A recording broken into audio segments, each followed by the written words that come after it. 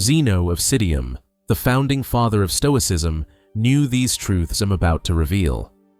From the ancient world to modern-day society, nothing has changed.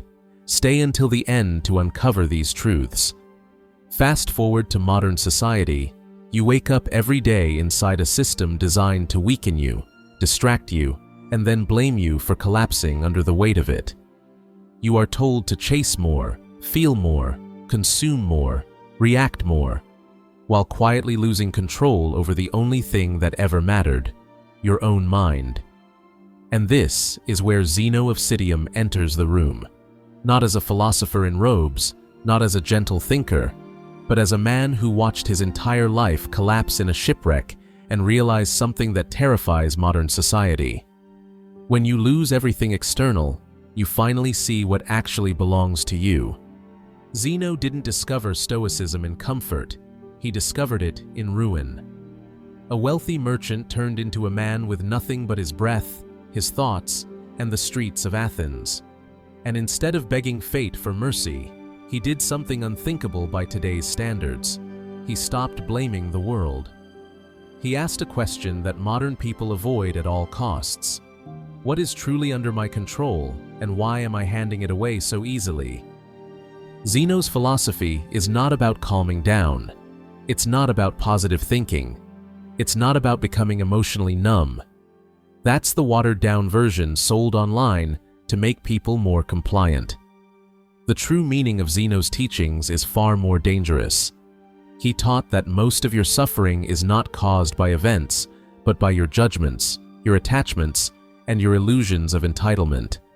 And if that idea makes you uncomfortable, good, it's supposed to. Zeno taught that the universe operates according to logos, a rational order that does not care about your preferences, your desires, or your emotional breakdowns. Nature does not negotiate. Reality does not apologize. And the deeper meaning here is brutal.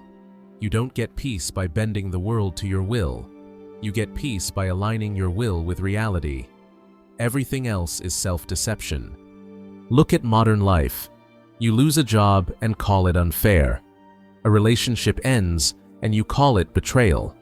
You're criticized online and call it violence. Zeno would call all of this something else: misplaced ownership. You believed outcomes belonged to you. They never did. Only your character did.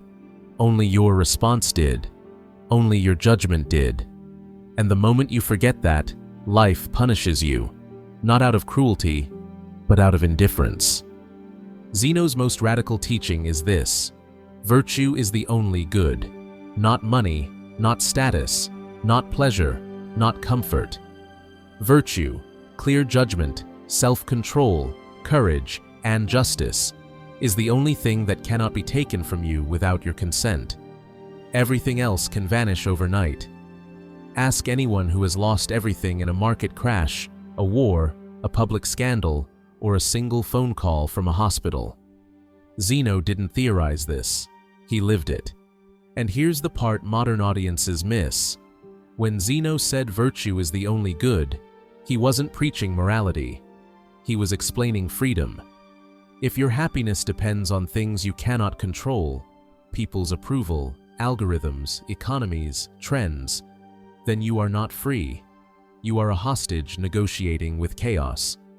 Zeno's Stoic is free because he refuses to emotionally invest in what does not belong to him. Think about your phone. Every notification hijacks your attention. Every headline tells you what to fear.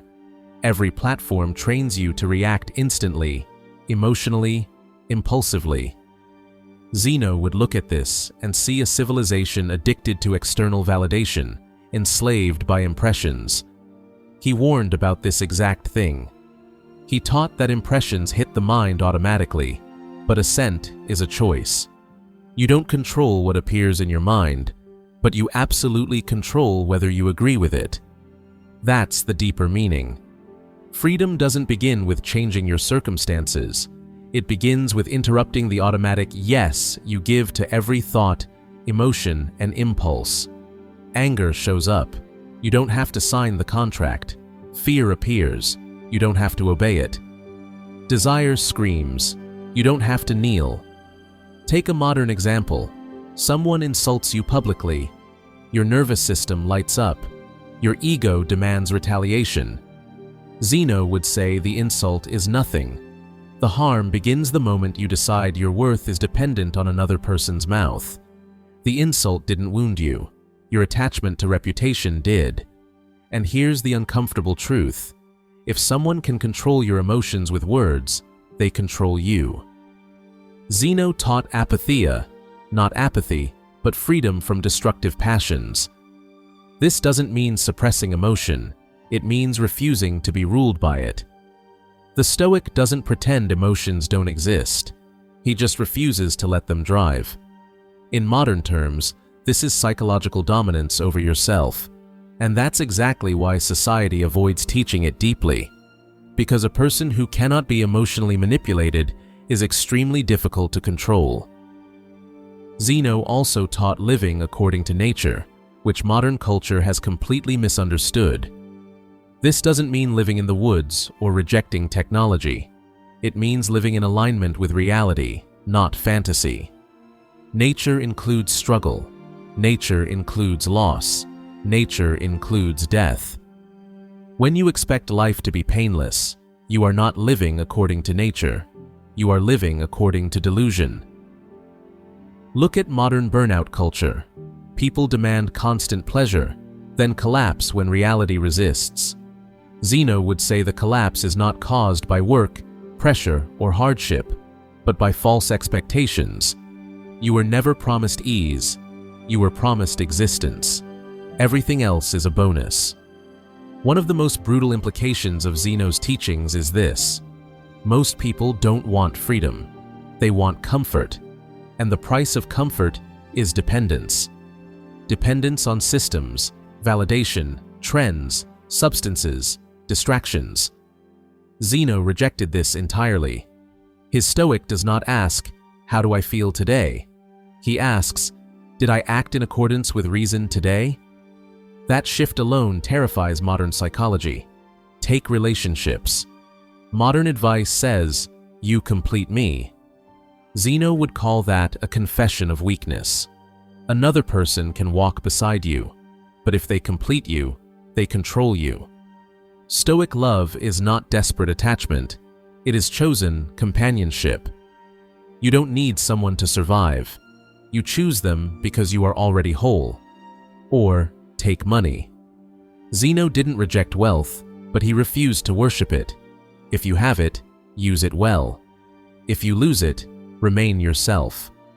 Today, people sacrifice their integrity for lifestyle symbols, then wonder why they feel hollow.